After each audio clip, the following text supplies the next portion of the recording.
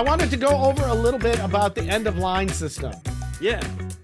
The end of line system and using a Neptune dose to put water into that tank and take water out of that tank instead of having it overflow to overflow, because I can't for whatever reason, or if you can't. So I'm going to show you a quick video here. Oh, yeah, video time. So this is the, it's an all-in-one cube system, and this is the back.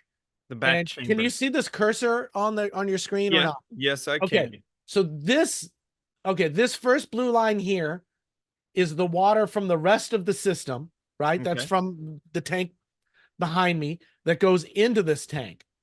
This other longer one with this filter on the bottom from Vivid Created Aquatics. I was about to ask you. That is really cool. That little filter is awesome because it allows the water through and not much else. So go check them out. They're available. They're really great. Antonio sent me some, and I've been using them for stuff like this. And it looks like it fits on 1/4-inch RO tubing line. It does. And it's made for smaller, but you can get it on.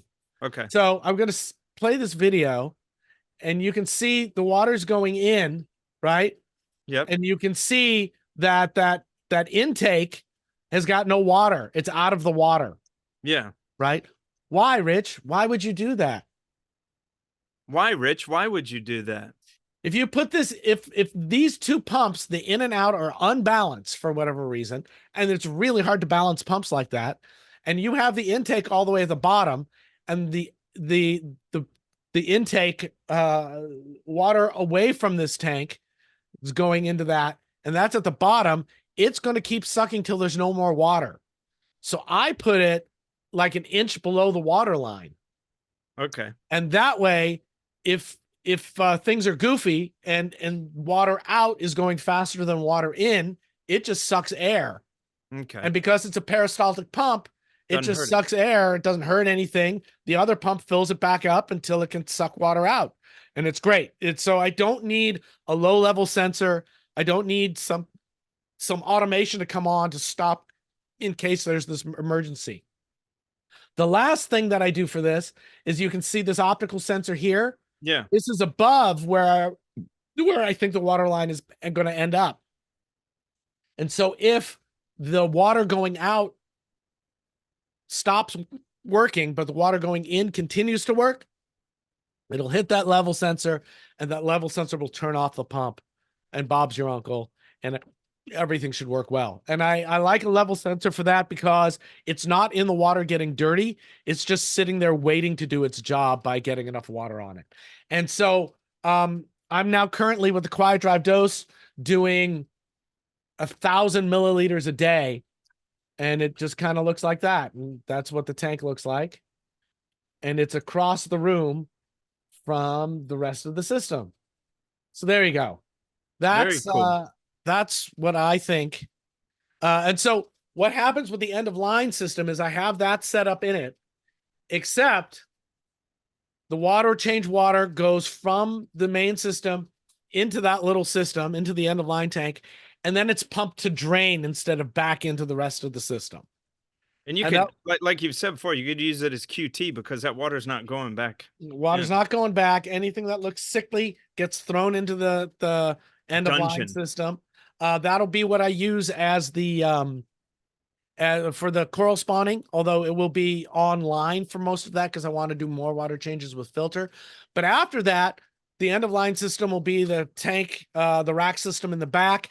And if I get a new coral, I'll just put the new coral in there, get a new fish, put the new fish in there, and just watch it for a few days before it goes anywhere else. And that's what I think is the end of line system.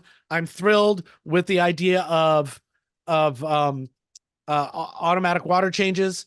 I think that helps with everything, including DOC. Every problem you have is going to be benefited by doing automatic water changes.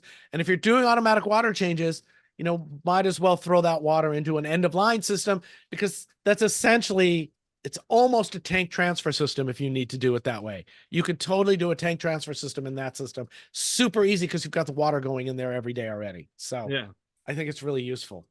And it was that figuring out to put the one just below the water level, put the new water above the water level and to put an optical sensor in case it gets too full someplace that makes sense.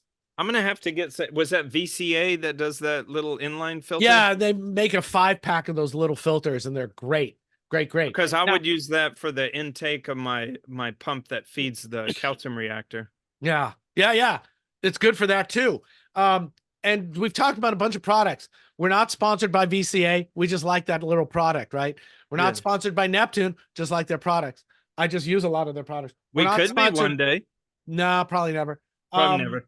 They're nice to me though, but I think the way they're going now, they won't do they won't do it that way. Plus, they don't like the word fuck.